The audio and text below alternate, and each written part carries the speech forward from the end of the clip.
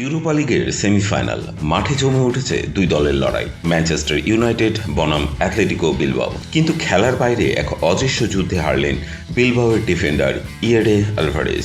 Match শেষে routine dope টেস্টে ধরা পড়ে এক নিষিদ্ধ উপাদান, আর সেখান থেকেই শুরু হয় ফুটবল ক্যারিয়ারের সবচেয়ে বড় ধাক্কা।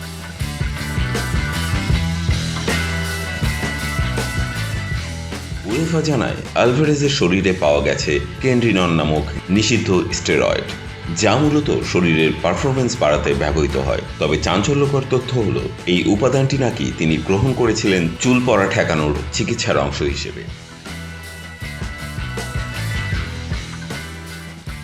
2016 সালে আমার টেস্টিকুলার ক্যান্সার ধরা পড়ে। তখন থেকেই চুল পড়া রোধে চিকিৎসা নিচ্ছিলাম।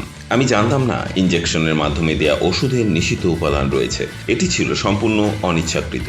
উয়েফার শৃঙ্খলা কমিটি জানায়, যদিও এটি অনিচ্ছাকৃত তবুও নিয়ম ভাঙা হয়েছে, তাই 2 জন থেকে কার্যকর করে আলভারেজকে 10 মাসের জন্য নিষিদ্ধ করা হলো।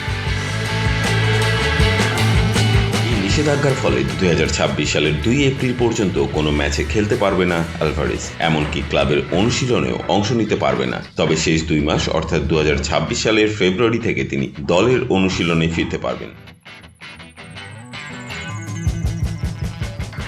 বিলবাওয়ের যুব দল থেকে উঠে আসা এই ডিফেন্ডার এখন পর্যন্ত ক্লাবের হয়ে 257টি ম্যাচ খেলেছে। তার অভিজ্ঞতা, নেতৃত্ব ও রক্ষণভাগের দৃঢ়তা দলকে বহুবার বিপদ থেকে বাঁচিয়েছে।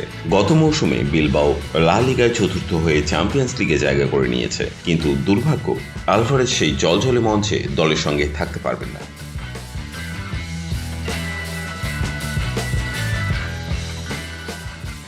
এই ঘটনা আবারও ফুটবলে চিকিৎসা ও ওষুধ ব্যবহারে সতর্কতার গুরুত্ব তুলে ধরেছে।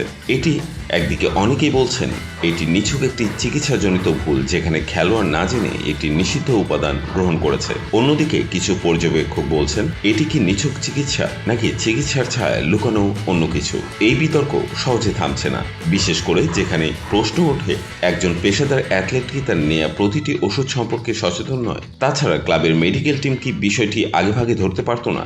উত্তর এখনো ধোঁয়াশায়। এই নিষেধাজ্ঞা শুধু আলভারেজের জন্য নয়, তার ক্লাব অ্যাথলেটিক বিলবাওয়ের জন্য এক বিশাল ক্ষতি। অভিজ্ঞতার অভাব, রক্ষণভাগের ভারসাম্যহীনতা এবং চ্যাম্পিয়ন্স লিগের মতো প্রতিযোগিতায় গুরুত্বপূর্ণ খেলোয়াড় না থাকায় এসব দলের সামনে বড় চ্যালেঞ্জ হয়ে দাঁড়াবে। ইয়েডে আলভারেজের এই শাস্তি একদিকে যেমন সতর্কবার্তা, আবার অন্যদিকে করুণ এক বাস্তবতা। ফুটবলে পা রাখার আগেই প্রতিটি খেলোয়াড়ের জানা উচিত তারা শুধু মাঠে খেলছেন না, খেলছে নিয়ম, শরীর, স্বাস্থ্য ও ইমেজের সাথে।